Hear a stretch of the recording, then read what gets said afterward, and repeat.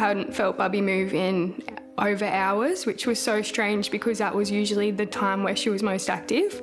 So we trusted our instincts and we presented ourselves to the Kempsey Maternity Ward. But Kempsey Maternity Unit on the mid-north New South Wales coast doesn't have specialist staff over the weekend.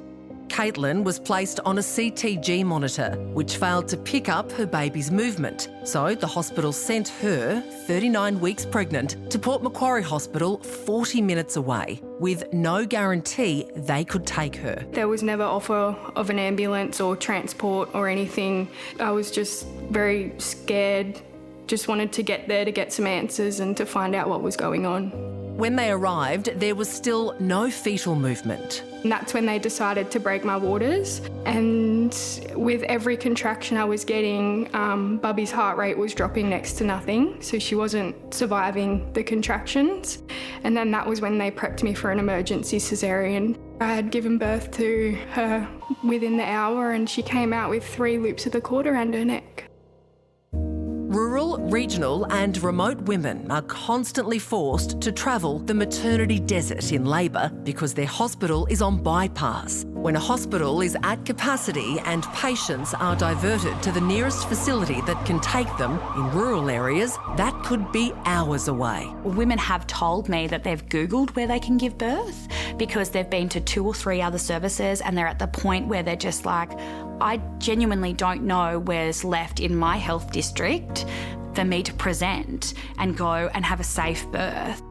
It's a nationwide crisis. Over the past 20 years, 150 rural maternity units have closed and many more downgraded, with countless more at risk of the same fate. In New South Wales alone, 1 in 2 maternity units have shut since 1990. It's a slow erosion of a huge amount of people on the ground, and that is contributing to this issue that's arisen really quickly in one generation. Chloe Hope is from Narrabri, 500 k's from Sydney, and struggled to get help for her severe morning sickness. I ended up cracking it and was like, can someone take me to Tamworth Hospital? No one's listening to me here and I don't feel well. I didn't even have a care plan. I'd already lost about 5 kilos by that point.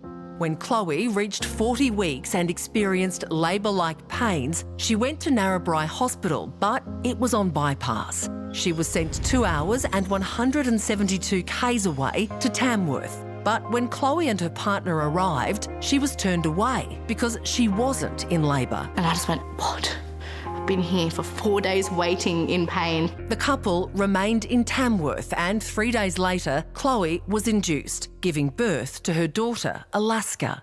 They were discharged, but Chloe was still in excruciating pain. I couldn't walk from my bedroom to the kitchen without being in tears. And I ended up ringing the hospital and they were like, oh no, like, wait till the health nurse gets on next year, they'll have a look. She was finally referred for an ultrasound where they found retained placenta still inside her. While the doctor warned she needed surgery to save her life, there was no anaesthetist at Narrabri. She'd have to drive to Tamworth, the doctor saying, you need to have this taken out now, like you could get really sick and die. Because I'd also call an ambulance, but they'd probably refuse to take you because it's not urgent enough. Again, Chloe made the 2-hour journey in agonising pain. Then after surgery, we drove ourselves back home, and that's kind of when it was like a bittersweet feeling coming home, because I was like, oh, finally I can start to be a mum. And then I think everything from birth just kind of took over.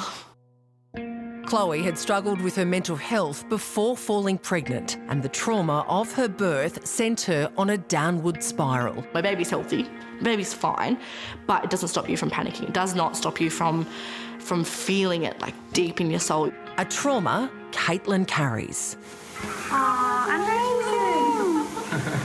She was placed on one of the beds that was in the theatre room, and they were just like pumping oxygen with the pump into her lungs. And then I got to say like a quick hello and a quick goodbye, and she got wheeled off to the special care unit and I went the opposite way. I feel like I was robbed of that experience with my daughter, to have that initial skin-to-skin contact.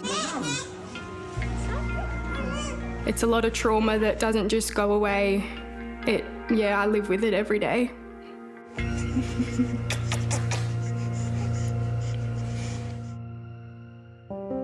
These stories are why Jen is pushing for the regions to be heard, calling out the workforce shortages and systemic under-resourcing. Rural, regional, remote people are really resilient. It's that quiet resilience of kicking the can down the road, but we're getting to this anticipus where something diabolical is going to happen. 28% of the country's population live in rural and remote areas, but these Australians receive $848 less per person in healthcare funding than those in the cities. They face a $6.55 billion healthcare underspend. When we continually feel like we don't know, that breeds mistrust into some of the most amazing healthcare workers. And it also breeds mistrust into those services because they are so overrun and so under-resourced, they're not providing the care they want to. My family's out here, my partner's family's out here. I want Alaska to grow up with friends here in a community, and I love the community here, but it's scary. The thought of, if I do have another baby here, it was terrible then. If this is in another 5 years, what's it going to be like then? And with 40% of capital city dwellers considering moving to the regions, they're calling for state and federal governments to prioritise healthcare, ensuring all women have access to quality maternity care regardless of location. I would like to see the nurses and the doctors here being given the tools to actually do their jobs properly. And funding for that hospital to keep staff here, incentives for people from the city to come out here and work. But the problem is some of them do, and they're here for 6 months and then they go again. So what's going to keep them here? We are saying it's not the time to be quiet anymore. It's the time to sit up, speak up, support your rural midwives, support your rural doctors and your nurses. It's time to get behind them and support them and say, we want more. We don't want to be forgotten. Calling for change before it's too late. For any first-time mums or mums in general, just to trust your instinct. Don't take no for an answer. Because you just never know. Wow, I did not know. No. Also the cruelty, just abject cruelty and disrespect for what women do when we bear children. We are building the nation. How is that not worthy? To make a woman drive 2.5 hours and then turn her away? Chloe's story that's hard to listen It's to. just unbelievable. Yeah.